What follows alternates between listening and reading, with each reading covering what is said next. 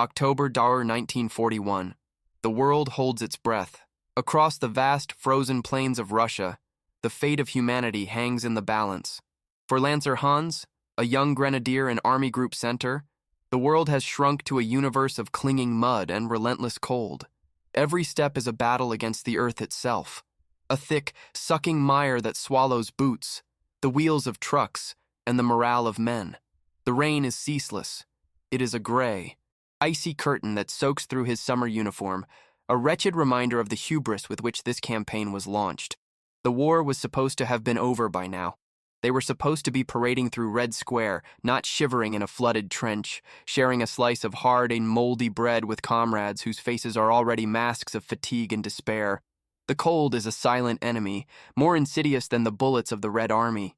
It seeps into his bones, numbing his fingers until he can barely feel the trigger of his rifle. At night, they huddle together, seeking the warmth of other bodies, listening to the cavernous coughs of the sick and the groans of the wounded.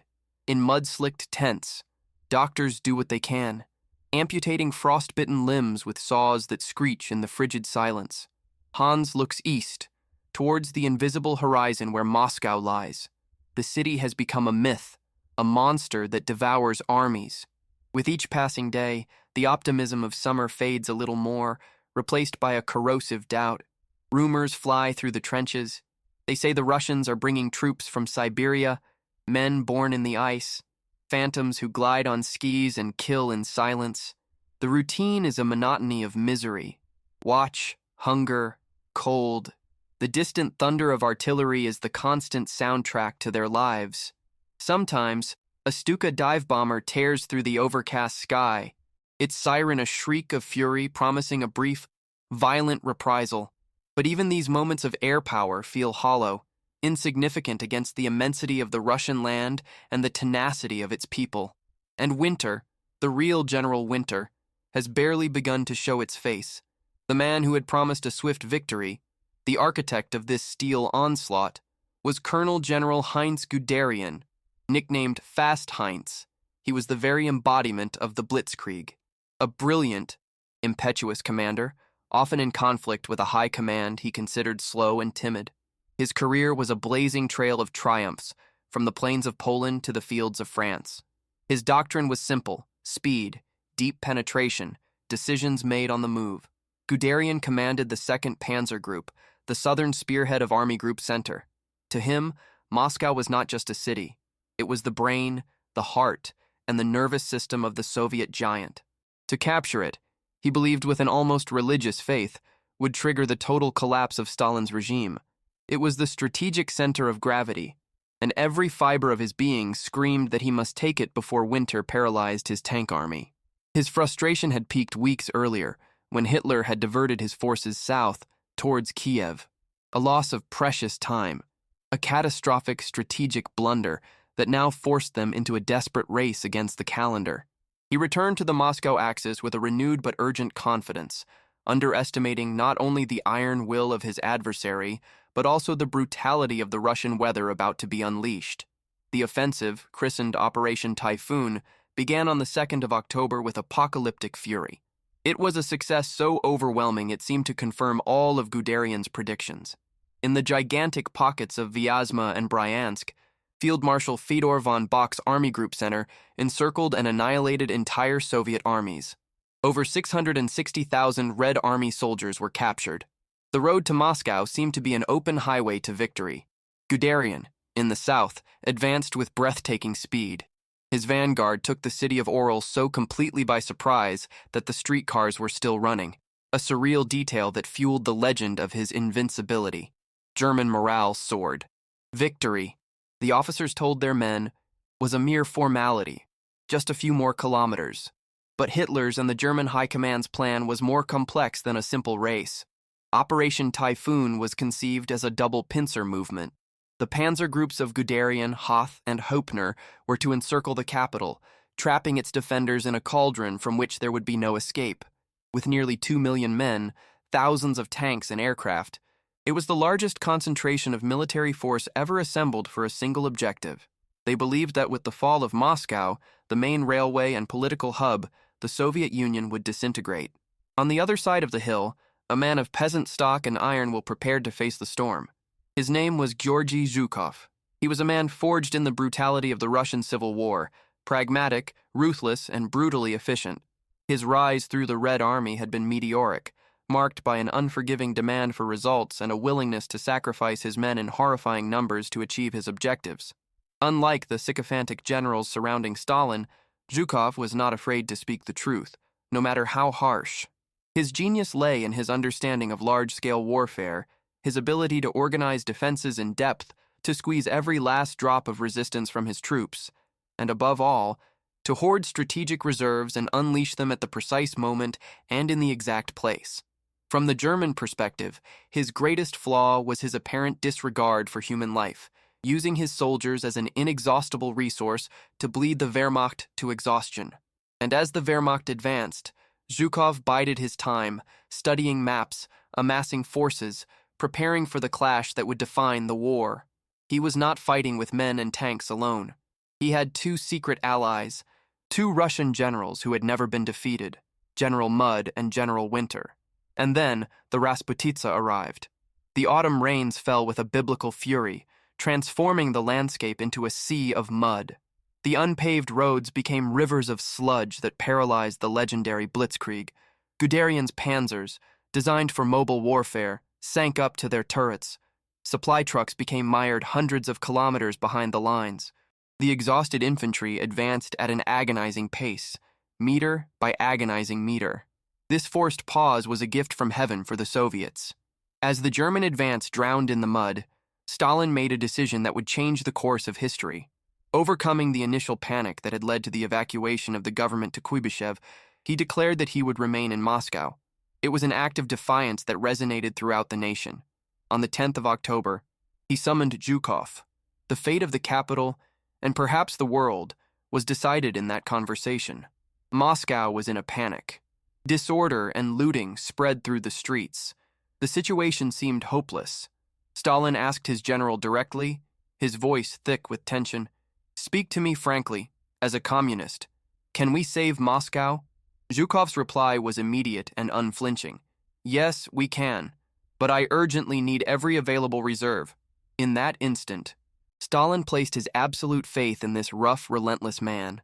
Zhukov was appointed commander of the capital's defense, with absolute authority over all forces.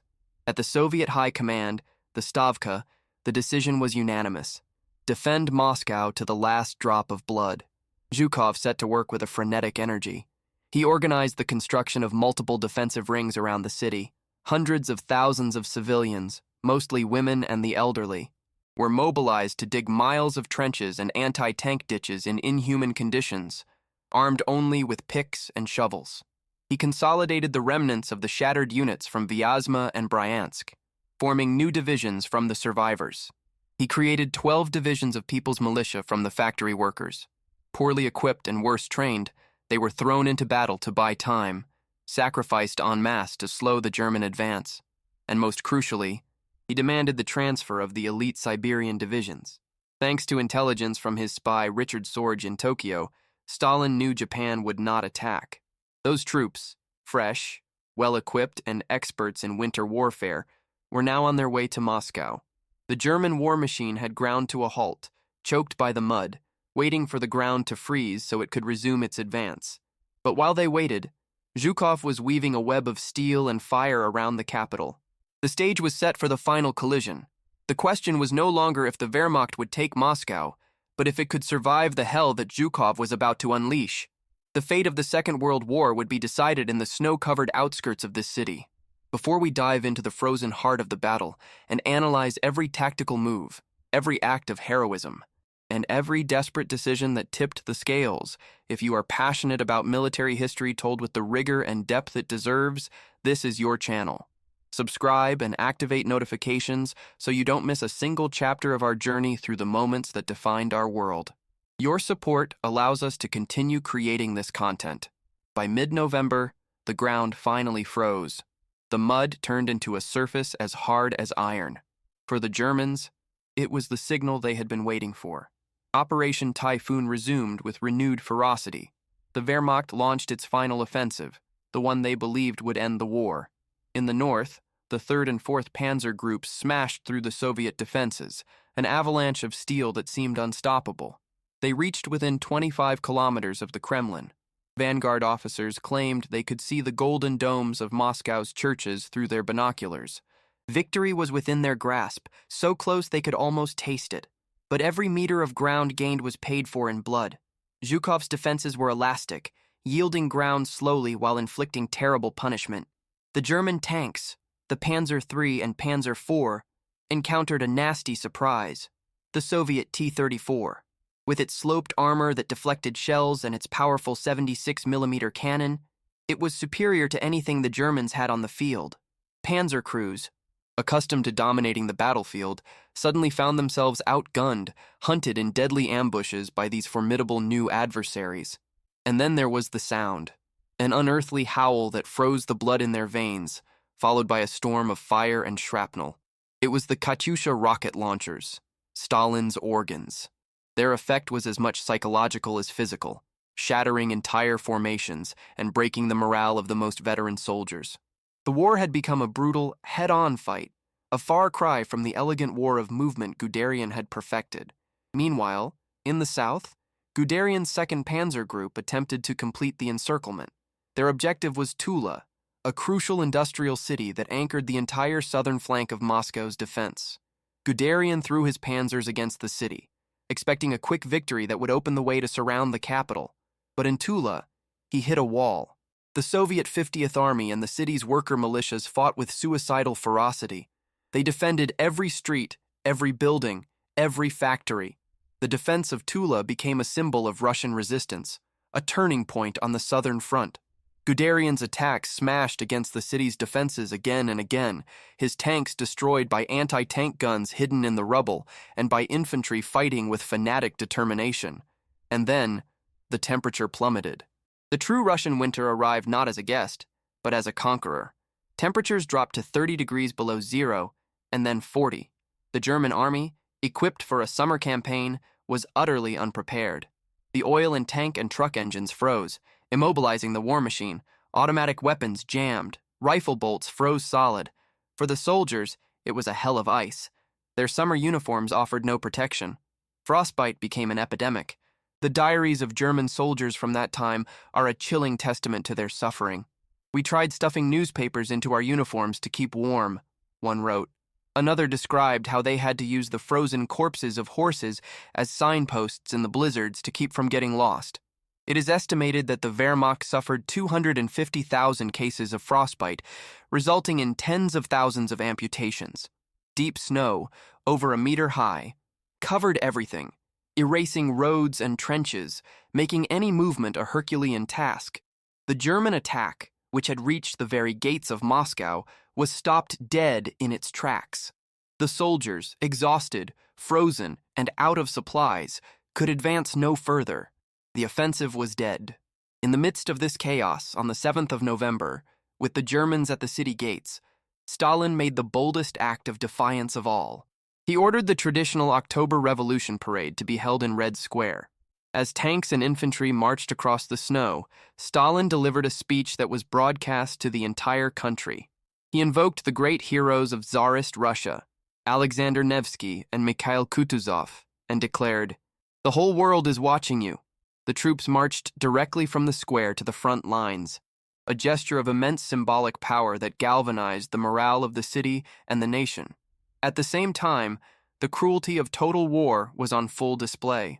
On November 17th, Stalin issued Order Number 0428, a scorched earth directive.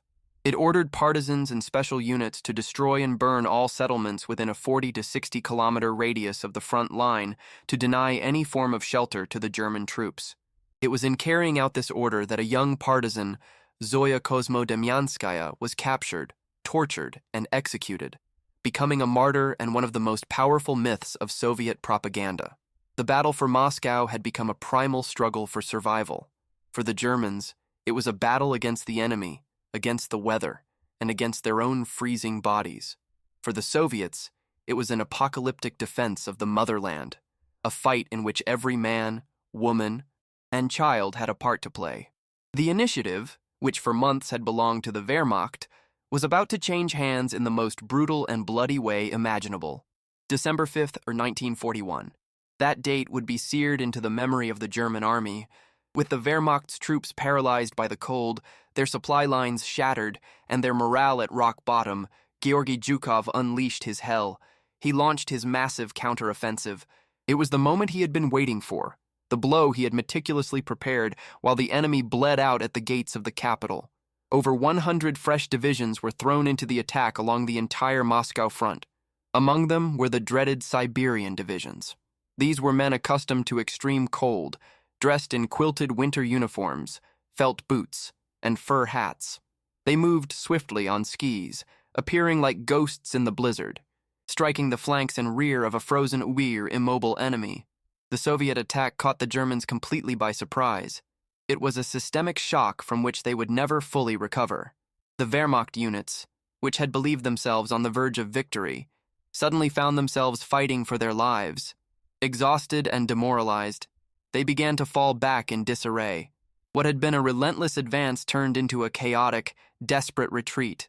At his headquarters in East Prussia, Adolf Hitler flew into a rage. He refused to accept the reality of the unfolding catastrophe. He blamed his generals for cowardice and weakness. Furious, he issued his famous no retreat order.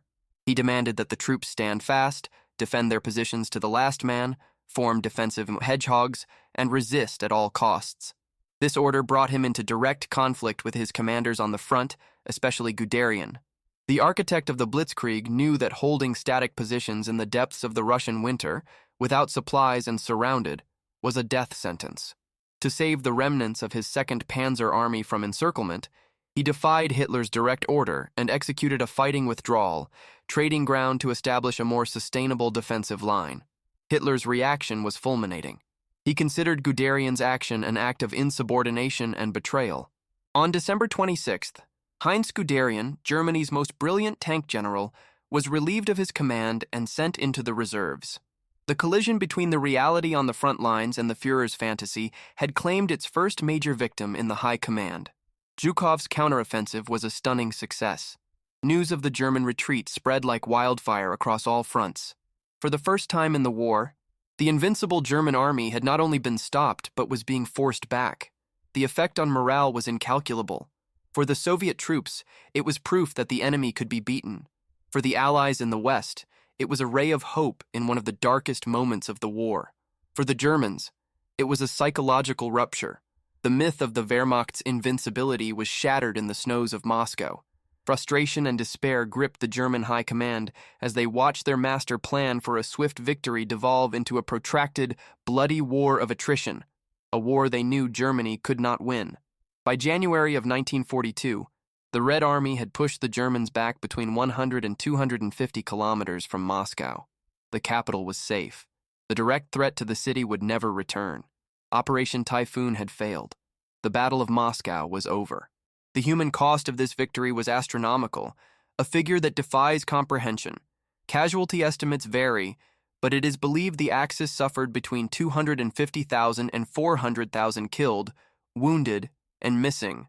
The Soviet losses, however, were on another scale entirely. They are calculated to be between 600,000 and 1,300,000 casualties.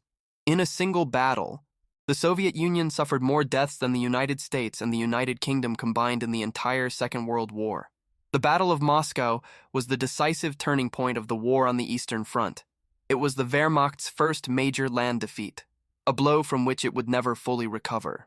For Hitler, the failure of his generals reinforced his messianic belief that only he possessed the iron will needed to win the war.